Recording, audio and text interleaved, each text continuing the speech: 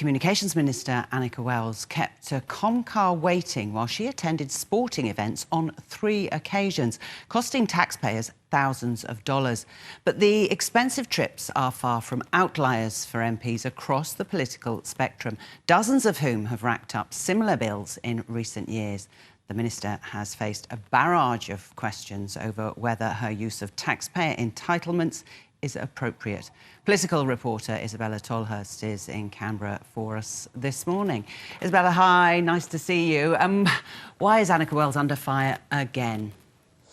Good morning, Lorna. Well, as you said, it's because of her use of taxpayer dollars.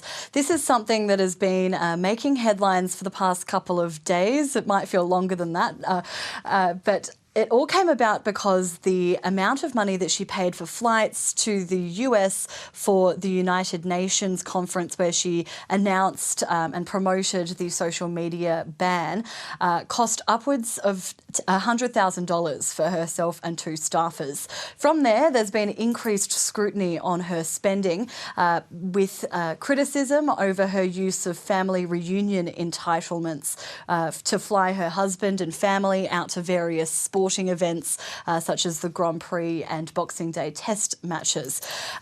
Today, there's fresh questions again about her leaving a car waiting for hours while she attended various sporting events for work as sports minister, but racking up thousands of dollars in bills. So she spent around $1,000 on several different individual occasions. She attended the NRL, AFL and Australian Open finals. Comcars are billed per minute. They're around $2 a minute, which suggests that these cars were in use or waiting for upwards of 7 hours on each of those occasions. That said, expensive Comcar trips are not exclusive to Anika Wells. That's something that all MPs use and rack up bills on. Since 2017, when the records were first publicly disclosed, nearly 700 trips have cost more than $1,000. 88 politicians have crossed that threshold.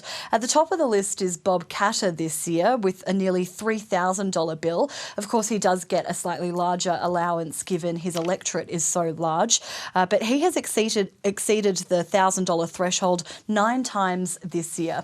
And the opposition, of course, as well, who have been criticising and calling for an independent review into Anika Wells' spending this week, they have all, not all, but many of them have also crossed that $1,000 threshold as well. We've taken a look at the data over the last parliament. Anika Wells was ranked 34th on family reunion spending, 17th for international travel and 23rd overall. So not the biggest spender in parliament, but she has been the one who's lifted the curtain, I suppose, to the public. It's opened the eyes of the public on just how much politicians and MPs can spend on things like driving and travel, and she is at the front lines of that criticism.